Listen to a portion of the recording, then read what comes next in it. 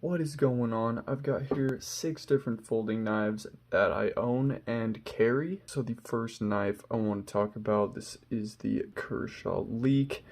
Now I'm sure you have heard of this. It's a Ken Onion design. You have the 14C28N blade with the stone washed finish. You can get these in several different colors. I think you can get these with different blade finishes as well. Can be deployed from the flipper tab or the thumb studs, and the action is assisted on this one. And the action is super effortless to the blade is super effortless to deploy. These scales are aluminum with the steel liners, the steel liner lock.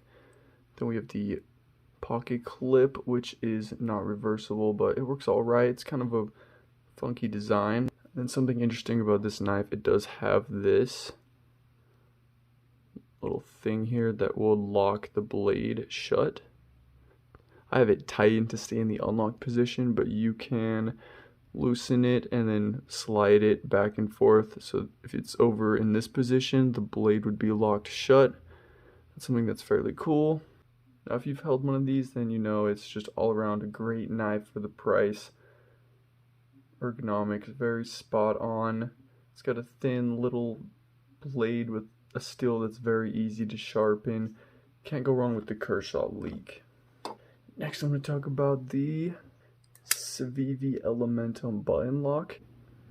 Now you can get these in a few different versions, but this version is the Damascus with the compressed carbon fiber. You can get these with like micarta scales with the stone washed blade. It was a 14C28, and I'm not actually sure off the top of my head what steel this Damascus is made out of. I think it's 9CRMOV13 mixed with maybe 8CR. And then yes, the compressed carbon fiber marbled scales, which do look very nice and feel smooth in the hand.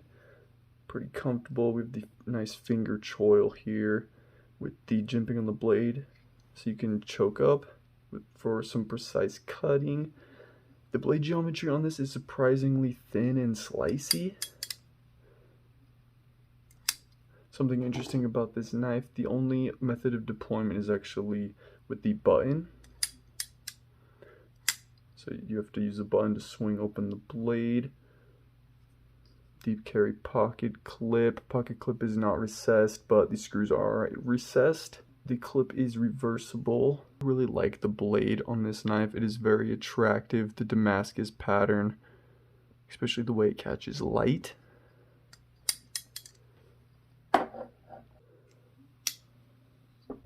Next, I have a bit of a more premium quality knife I'm going to show you. This is the Tucson 308. This is actually overall one of my favorite folding knives that I own, with the super sleek M390 blade with the satin finish. It's a Mazwan Mokhtar design. We have the titanium scales with the frag pattern, which looks absolutely sweet. You have the titanium lock bar with the steel insert, which is pretty easy to get to, even though there is not an access cut for the lock bar. We have the titanium back spacer, titanium pocket clip. One thing that I actually don't like about this knife is the pocket clip. It's not reversible, and it's just got that steel ball, or it's actually titanium, but it's not, it just doesn't go in and out of pockets with ease. You have to use 2 hands basically, and it really holds onto your pocket. I could see it shredding some pockets. Might be something you want to consider. And the ergonomics on this knife are fantastic. We got the nice finger choil here, and the way the scales are just contoured, it just nestles in your palm perfectly.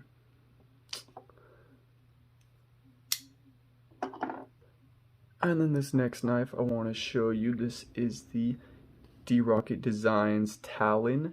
This is actually a single action OTF knife.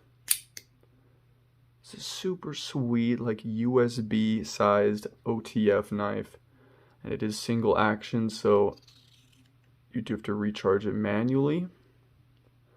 Press this button to deploy the blade, and then this switch here locks it into place.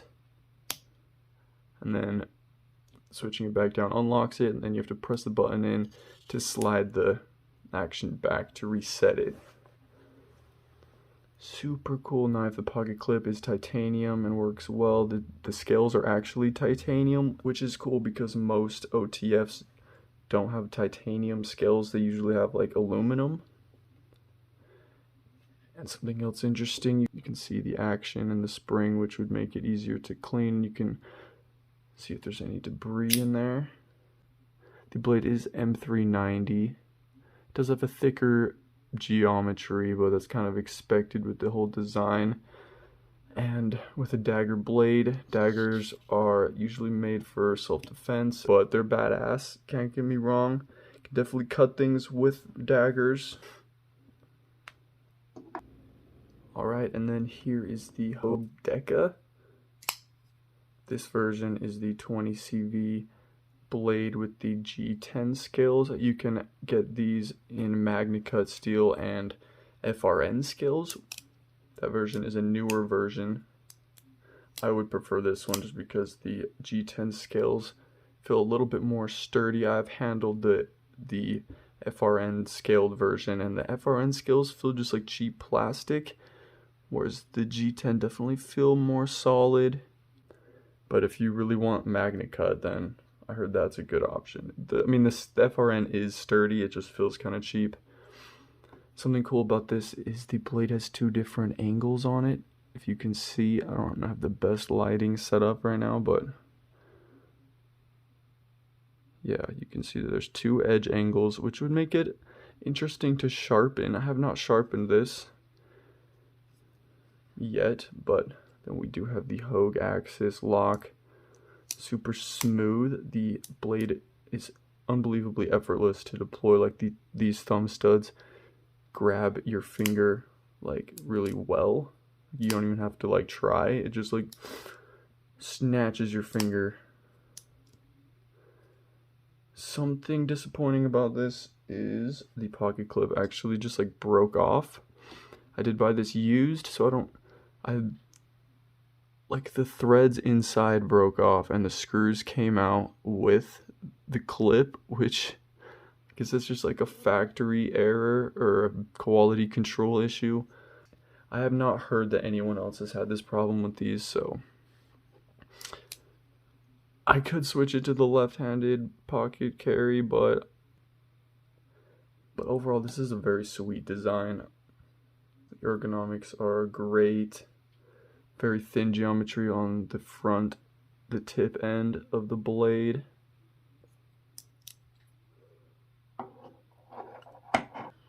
Alright, so the last knife I'm going to show you, I didn't really save the best for last. This isn't anything super special. It is pretty cool. It is the Spyderco Salt 2 with the H1 steel. Now this knife is a knife that I have used and put to the test. This is a camping knife. Well, this is my camping folder. I've used it to prepare food. That's what I mainly use it for, is my camping cooking knife. So I haven't really put the steel to a huge test other than testing its corrosion resistance, which the corrosion resistance is a real thing. Like, it will not rust. But as far as like edge retention with the H1, I've heard H1 is pretty soft. And I've also heard that the Spyderco Salt with the LC200 steel is a better option than the H1 steel. But still a pretty cool knife. The fact that it doesn't rust, and we got the FRN scales, which also kind of don't like the material, but they do feel ergonomically comfortable. I can say that. The material does feel kind of cheapy, and it just feels like plastic, but it's the last knife that I have to show you. Let me know your experiences with any of these knives in the comments. And don't forget to hit that subscribe button if you want to see my daily content. Peace.